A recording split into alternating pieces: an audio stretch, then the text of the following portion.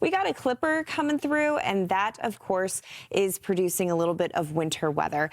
Wow, look at Sturgeon Bay. It's like the boat is literally frozen into the bay itself. You see a lot of scenes like this lately with the ice accumulating in rivers and a lot of people having to go through and clear it out. Yep, you know, we have a little more on the way. Eventually we'll thaw out, but not today. By the way, that's also a live look at Green Bay. So you guys are waking up to some snow-covered roads. Here's the latest on the clipper. You know, it never produces a tremendous amount of snow, but it just kind of is one more knock.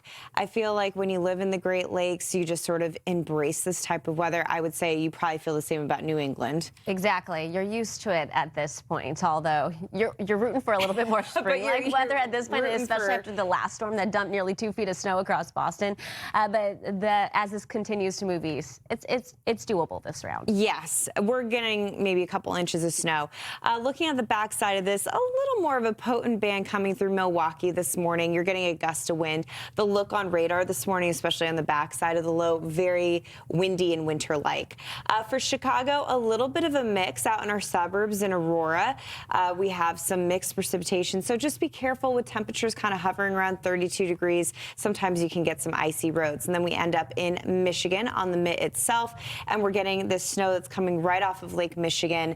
It is a little enhanced. I mean, I don't think it's going to be too robust that we, you know, get some impressive snow totals, but naturally with the air moving right over the lake, we'll have a couple areas where just the rate of the snow, how much snow you're getting per hour, might feel a little intense. And likely slowing down the morning commute as well.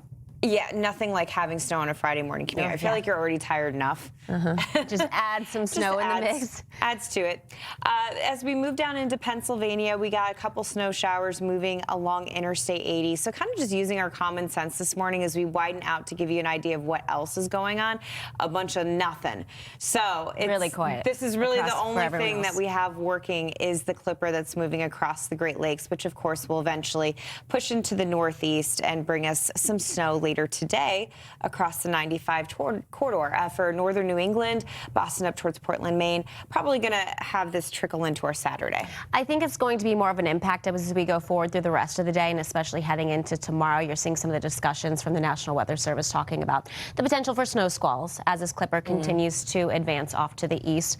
So that's I think we'll have more of an impact, say, as we go forward through the evening commute. So heads up there. And as we look to the weekend, the storm will start to push into the northeast and mid-Atlantic. As we said, this leg of the system could bring snow totals up to 8 inches for folks in the higher terrain. And that's definitely where we're going to see some of the highest snow amounts with this specific storm. You're taking a look at Annapolis, Maryland yesterday. Look at all that ice there in the Chesapeake Bay. And we move forward, continuing to talk about the cold that's ahead, and this clipper is just going to keep that cold air around. So let's walk you through our future forecast, what we can expect going through the rest of today. You see the clipper continue to advance off to the east, bringing some snow showers for the Ohio Valley. So it's likely going to be a slow commute for you this morning. You get your turn through it. This will continue to move off to the east through this afternoon. So some snow showers moving in across New York State and parts of PA. That's when I think at that point we'll have to watch for the threat of some snow squalls continuing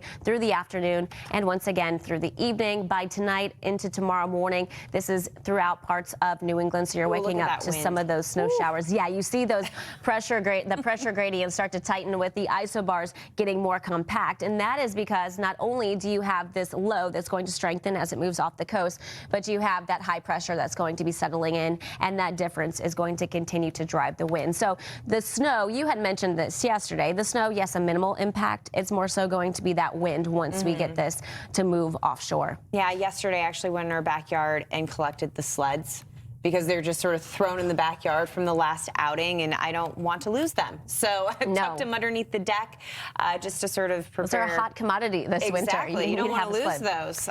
Then as you look at the snow totals, you'll notice a little bit of a burst of pink over West Virginia. That's because of elevation. I mean, you're throwing some snow up a mountainside. You're going to pump out some higher snow totals. Exactly. And we'll get a closer look at Boston because there are some parts of Boston where it looks like you'll have a little bit of that ocean enhanced enhancement with the ocean effect snow closer to the coast.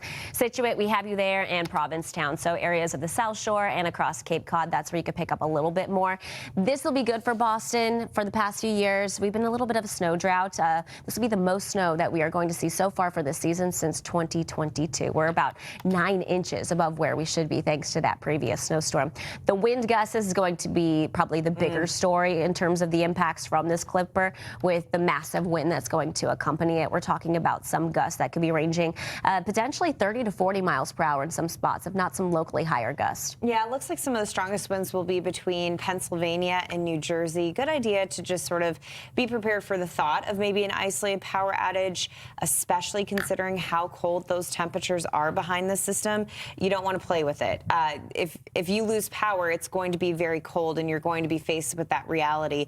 And the winds kind of stick around for the whole weekend, and there are parameters of when we can get linemen up to do that work. So I don't think we'll have widespread problems, but just know that this is sort of a situation that you want to keep your phone powered up. Not a bad idea to have gas in the car, because those are always options that can help you if the power goes off. If you can sit in your driveway with your car fully ventilated, you can keep you and your family warm for a little bit if you were to have a full gas tank. So just a couple tips to pass along, but hopefully we can get through this cold, windy weekend with limited power loss.